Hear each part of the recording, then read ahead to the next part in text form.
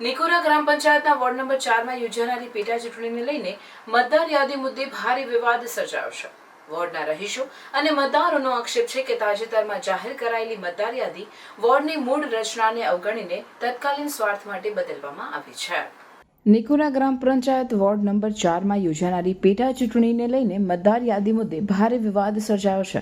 વોર્ડના રહીશો અને મતદારોનો આક્ષેપ છે કે તાજેતરમાં જાહેર કરાયેલી મતદાર યાદી વોર્ડની મૂળ રચનાને અવગણીને તાત્કાલિક સ્વાર્થ માટે બદલવામાં આવી છે।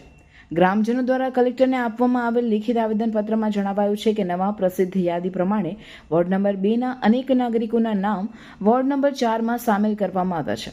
મતદાર યાદીમાં કોઈ જાહેર જાણ કર્યા વિના આ પ્રકારના એકતરફી ફેરફારોને લઈ સ્થાનિકોમાં આક્રોશ ફાટી નીકળ્યો છે।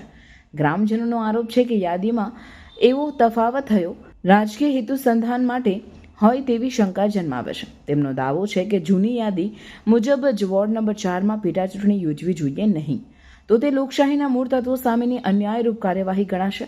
અહીં નોંધનીય છે કે વોર્ડ નંબર 4ના પૂર્વ સભ્યના અવસાન બાદ પેટા ચૂંટણી યોજાઈ રહી છે, પરંતુ નવી યાદીમાં થયેલા ફેરફારોને લઈ સમગ્ર ચૂંટણી પ્રક્રિયા પર હાલ પ્રશ્નચિહ્ન ઊભું થયું છે।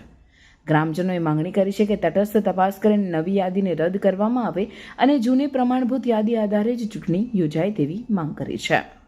4 નંબર વોર્ડમાં અમારા મતદારો શ્રીઓ અને એમના જે વોર્ડ છે એ બીજા વોર્ડની અંદર કન્વર્ટ કરવામાં આવ્યા છે અને ઇરાદાપૂર્વક કન્વર્ટ કરવામાં આવ્યા છે અને બીજા વોર્ડના જે મતદારો છે એને 4 નંબર વોર્ડની અંદર ટ્રાન્સફર કરવામાં આવ્યા છે, જેનો અમે વિરોધ કરીએ છીએ। કલેક્ટર સાહેબને પણ રજૂઆત કરી છે, એમને બી કીધું છે કે યોગ્ય કાર્યવાહી કરીશું અને મામલતદાર સાહેબને પણ અમે આવેદનપત્ર આપવાના છે અને ચૂંટણી અધિકારીશ્રીને પણ અમે આવેદનપત્ર આપવાના છે।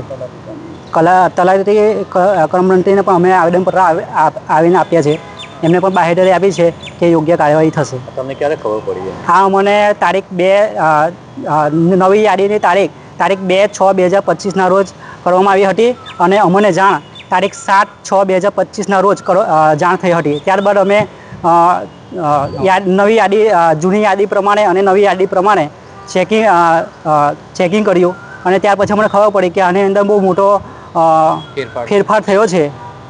ત્યાર પછી અમે આવેદનપત્ર આપવા માટે અહીંયા આવ્યા છીએ।